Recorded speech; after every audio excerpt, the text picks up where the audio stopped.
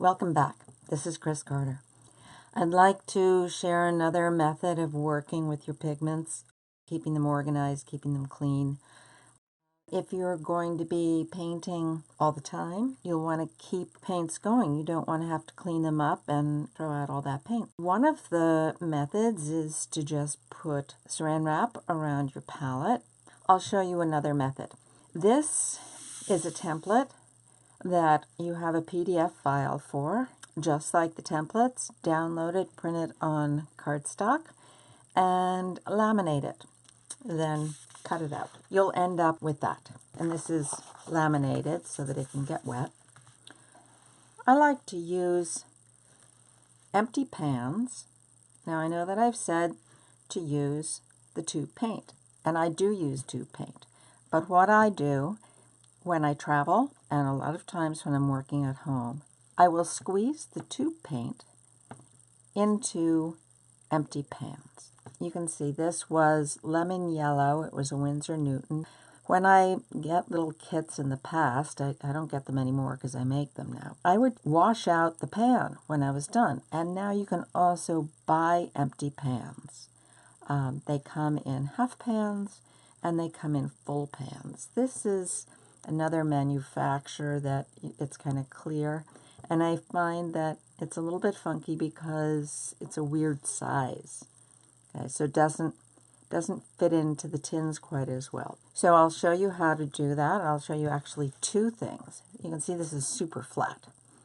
And I get every little bit of paint out of it. So let's say, one thing I wanted to mention is I use this tape. You can use any kind of tape that you can write on. And I label it. I write it first on here. And then I label the pan with the color and the manufacturer that I'm going to squeeze into it, because it's really impossible once you start putting these into tins and things. You have no idea what it is unless it's labeled. All you have to do is squeeze it out. Now, sometimes it's hard when it gets to be at the end. What I do is I use needle nose pliers, and you don't have to squeeze the whole amount out. Okay, you might want to just fill a little bit at a time, especially if it's a color that you're not sure you're going to like. That's how you do that. Then, when you're playing the game, keep your yellows on top. Decide whether the red you're using is a warm or a cool, and I would call this a warm. I'm going to put it there. This is what I would consider a warm yellow, so I'm going to put it there. And this is a cool blue, so I'm going to put it there. Okay? Now, when I paint, I can just use these to work from. And with a little bit of water, you can moisten them, and they soften up. It's not the same as the pan paints, which are very, very hard to begin with. It's a different consistency. You'll find different manufacturers will soften up faster or slower than others, and you can just make notes on that.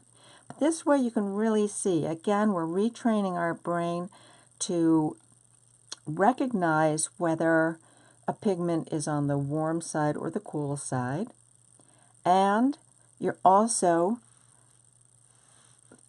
really seeing where they are on the color wheel. If these were that way, you would automatically see, if this was a cool red, you'd see, oh, you know, there's more space in between. But this way, it's the closest it can be. These two are a little bit further away. So what does that mean? Well, you're adding a little bit more red into this mix.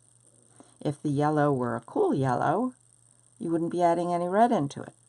If it's a warm yellow, it's on this side, you're adding red into it. Here, what are you doing here?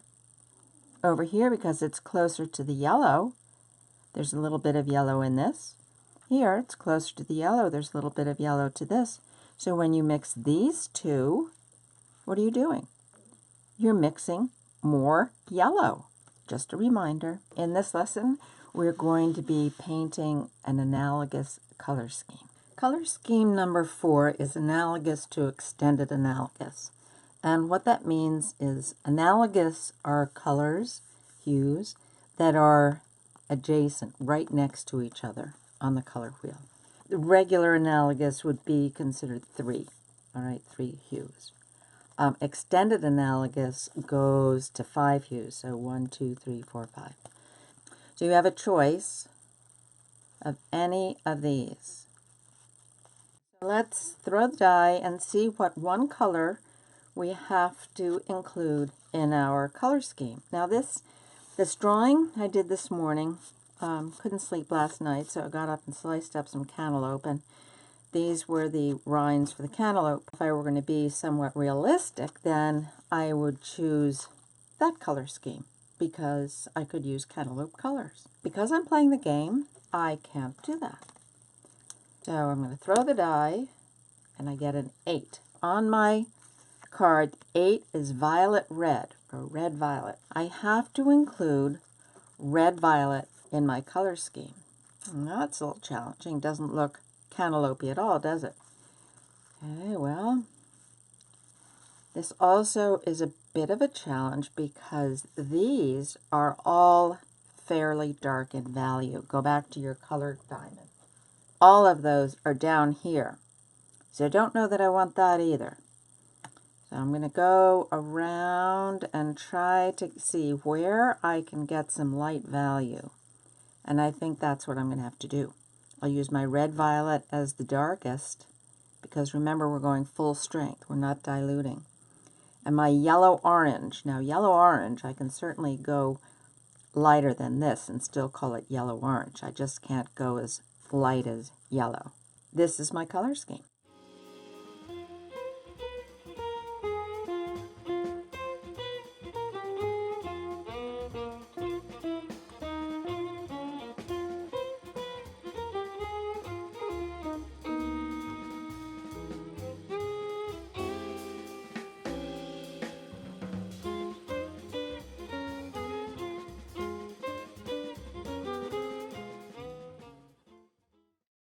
Now this does not look like a red violet, but it is a red violet. Remember, I'm using a cool blue. After I paint this in, I'll do a color strip showing you what I get when I mix those two.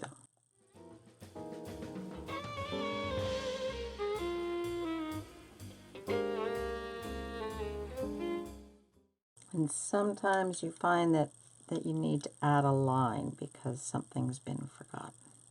So I'll make the color strip that I told you I'd make.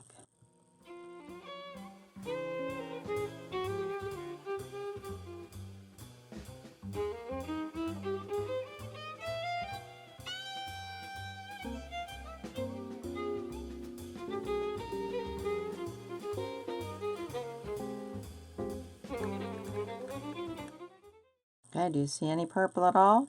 No. Okay, so that's 1, 2, 3 steps away. Let's switch this out. Let's see what happens when we switch to a warm blue. Okay, so I'm still doing the warm red, but this time I'm going to do a warm blue. So now there's only 2.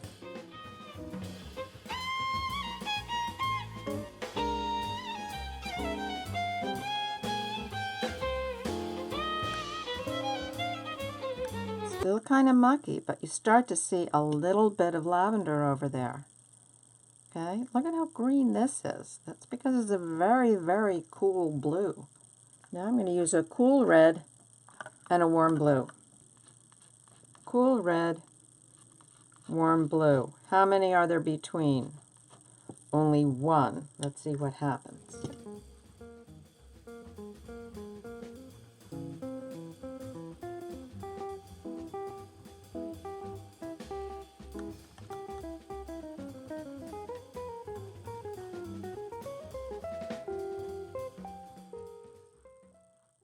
Quite a difference. The last possible choice to mix is a cool red and a cool blue. So we have a cool red and a cool blue. How many do we have between? 2. What do you think is going to happen? Here we had real brown, okay? No lavender at all showing. And there were 1, 2, 3 steps. Here we had a little bit of purples coming into play, and there were only 2 steps. Here with 1 step, we had a lot of purples. So now we're going back to 2 steps. What do you think will happen? I'd like to clarify what I mean by steps. This is very, very important in understanding how to mix your colors and how to make beautiful neutrals and how to avoid ugly neutrals. And we have a color wheel, and there are warm yellows and cool yellows. The cool yellows are closer to blue than they are to red. The warm yellows are closer to red than they are to blue. Okay? The cool yellow is 2 steps to a blue. It's 1, 2, 3 steps to a red. The warm yellow is 1, 2 steps to a red, and it's 1, 2, 3 steps to a blue. Okay, the cool blue is closer to yellow than it is to red. It's 1, 2 steps to a yellow, and it's 1, 2, 3 steps to the closest red. The warm blue is closer to red than it is to yellow. It's 1, 2 steps to the closest red, and it's 1, 2, 3 steps to the closest yellow. Cool reds are closer to blue than they are to yellow. They're 1, 2 steps to the closest blue, and 1, 2, 3 steps to the closest yellow. And the warm red is closer to yellow than it is to blue, because it's 1, 2 steps to the closest yellow, and 1, 2, 3 steps to the closest blue. All right. Now, when we're mixing the different purples, as we did in the color strips, we had 4 variations. I'm going to get rid of this so it's not confusing. What we started with the cool blue and the warm red, and we ended up with yuck. We ended up with browns, okay? How many steps are there between? 1, 2, 3 steps between the cool blue and the warm red. Okay, that's this one. Then we moved on to a warm red and a warm blue. Okay, so we swapped out the cool blue for the warm blue. How many steps are between now? 1, 2. 1, 2. Okay, so we got a little bit of lavender in. Why? Because they're a little bit closer. They're closer. There are only 2 gaps between them. So the third option was the cool red and the warm blue. So we'll keep the warm blue, and we're going to switch to the cool red. Okay, now, how many steps are between? 1. And this is where the violets are. That's what gave us all these beautiful violets. All right, now on to the last one. We have a cool red and a cool blue. So we're going to go back to the cool blue. And how many steps do we have between? We have 1, 2. Okay, that's a little further away than the last one where we only had 1. So we had 1, 2. And we do have some nice lavenders. So that's what I mean by the steps. This would be a green area. This would be a violet area. This would be an orange area. That's why this is a red violet. Looks like a brown because it's in this mix.